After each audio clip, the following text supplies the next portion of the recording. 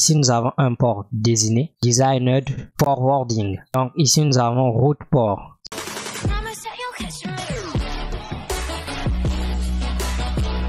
Donc pour essayer un peu d'éclaircir ce contexte-là, le coût en fait représente une valeur donc numérique, comme je viens de le dire, attribuée à chaque liaison de réseau.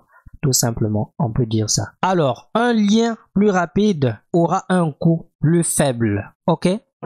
Donc par exemple ici, pour se rendre vers le switch, le route bridge, on regarde. Le coût le plus faible, c'est le chemin le plus rapide. Donc si je quitte ici pour se rendre vers le route bridge, donc qui est le switch A, nous avons combien de chemins? Nous avons deux chemins en partant du switch B bien sûr. Donc j'ai le chemin Fast Ethernet 01 et Fast Ethernet 02. Si j'emprunte ce chemin là, le coût va me coûter combien? Je crois bien que c'est 38, ok? 38. Alors que je viens de dire que le coût le plus faible, c'est le meilleur chemin. Ici, nous avons 38. Le deuxième chemin, c'est d'aller avec l'interface Fast Ethernet 02. Et ici, le coût, c'est 19.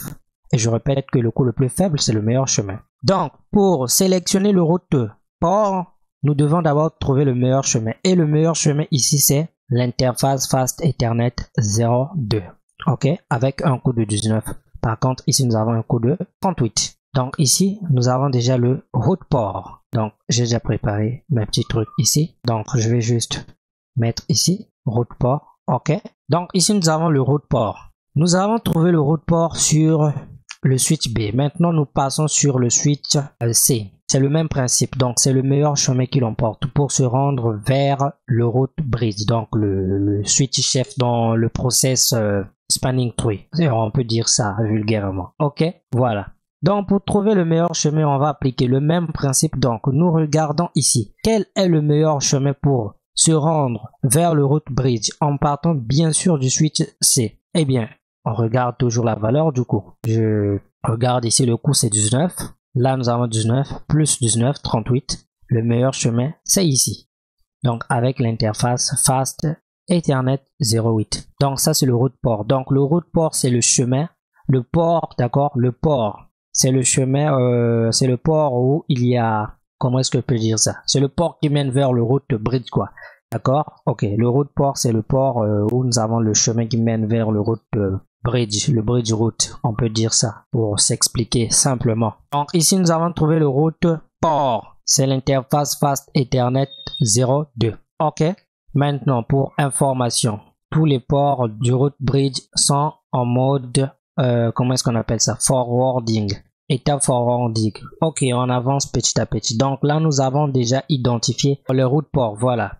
Donc ici, nous avons un route port. Là aussi, nous avons un route port. Deuxième étape, sélectionner des ports désignés pour...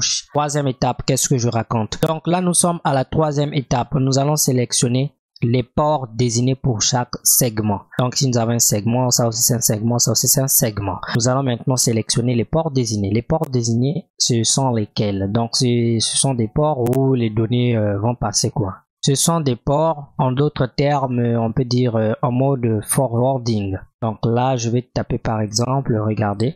Voilà, j'ai déjà tapé cette commande. Voilà. Donc, regardez bien. Ici, nous avons un port désigné, Designed Forwarding. Ici aussi Designed Forwarding. Donc ici nous avons route port. C'est ce que nous avons sélectionné, non? Regardez bien. Fast Ethernet 02. Avec le principe que nous avons appliqué. Bien effectivement, sur les suites Cisco c'est automatique, mais c'est ce que vous voyez là. Fast Ethernet 02, route port. Maintenant donc là nous allons sélectionner les ports désignés. Les ports désignés donc ce sont des ports où la donnée peut passer quoi. Donc par exemple ici nous allons sélectionner le port désigné puisque ici, nous avons le route port. Là aussi, c'est activé. Donc, ça, c'est un port désigné. Ce sont des ports qui sont activés, hein, si on peut dire ça en d'autres termes. Donc, ici, le port désigné, c'est lequel? Les deux ports là sont des ports désignés. C'est activé, comme vous pouvez le voir. Hein. Là aussi, nous avons un port désigné. Maintenant, ici, ça, c'est quel port? Ça, c'est un port non désigné. C'est désactivé. Donc, ça, c'était ce qu'on appelle par les rôles des ports. Ça, ce sont les rôles que nous avons listés, quoi. Ok? Donc, ici, on a dit quoi? Rôle, regardez bien. Rôle, là, nous avons rôle. Route port, Designed port. Et ici, nous avons le statut. Ok, donc nous allons parler du statut. Donc ici nous avons un port qui est bloqué, nous avons un port qui est en mode forwarding. Ok, essayons un peu de détailler ça.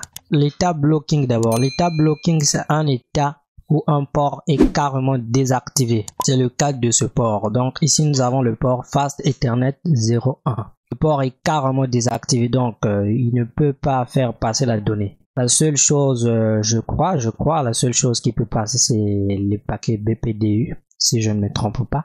Voilà, mais la donnée ne peut pas passer. Si j'essaye de faire un ping par ici, donc ce PC, si j'essaie de pinguer ce PC 4 que vous voyez là, automatiquement la donnée va passer par ce chemin.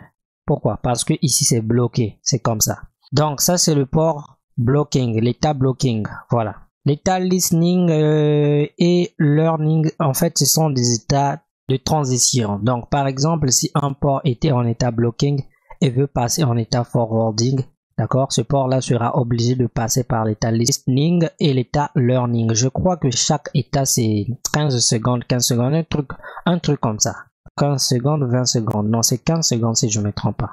Ouais, ça met un petit peu de temps. Ok. Donc, c'est un peu ça. Donc, ces deux états-là, listening et learning, ce sont des états transitoires de transition pour passer vers l'état forwarding. L'état forwarding, c'est un état où le port est carrément activé. Le port peut transmettre de la donnée. Donc, par exemple, ici, c'est le cas. Si je clique, regardez bien. Ici, nous avons état forwarding, ce port, forwarding. Donc, partout, c'est forwarding. On peut le voir. Donc, c'est activé. Maintenant, si nous venons, par exemple, sur ce switch où il y a un port, le port, donc l'interface Fast Ethernet 01, qui est désactivé, nous verrons forcément un état blocking. C'est ce que vous voyez là. OK? Donc, le statut ici, c'est blocking. Et le reste, est forwarding. Donc, l'état forwarding permet de transmettre ou de faire passer la donnée. Donc là, je pense que c'est un peu clair. Maintenant, pour la priorité, ici, nous allons parler de la valeur de la priorité. La valeur de la priorité par défaut, c'est 32 768. Et au cas où vous pensez que ce chiffre est attribué par hasard, non. Ça, c'est par défaut sur les switches Cisco, oui. Mais ça doit être un multiple de 4096. Et là encore, il y a des calculs à faire. Bon, si on se met à détailler tout ça, la vidéo va mettre vraiment du temps. Pourquoi? Parce que nous avons fait des binaires sur la chaîne. Nous avons fait la conversion des binaires, des adresses IP. Nous commencions par quoi? Nous élevons des multiples de 2, d'accord? Je fais 2 exposants. 0, 2 exposants 1, 2 exposants jusqu'à un certain niveau. Quand vous regardez ce truc là, la priorité, d'accord, la valeur de la priorité que vous voyez là contient combien de bits? Je pense qu'elle est codée sur 16 bits. 4 bits réservés pour la priorité et 12 bits réservés pour l'ID du VLAN. Ok, donc les 4 bits, vous comptez d'avoir les 12 bits. 12 bits séparés et ici vous avez 4 bits et les 4 bits sont réservés pour la priorité et vous commencez à partir du premier bit là. Donc on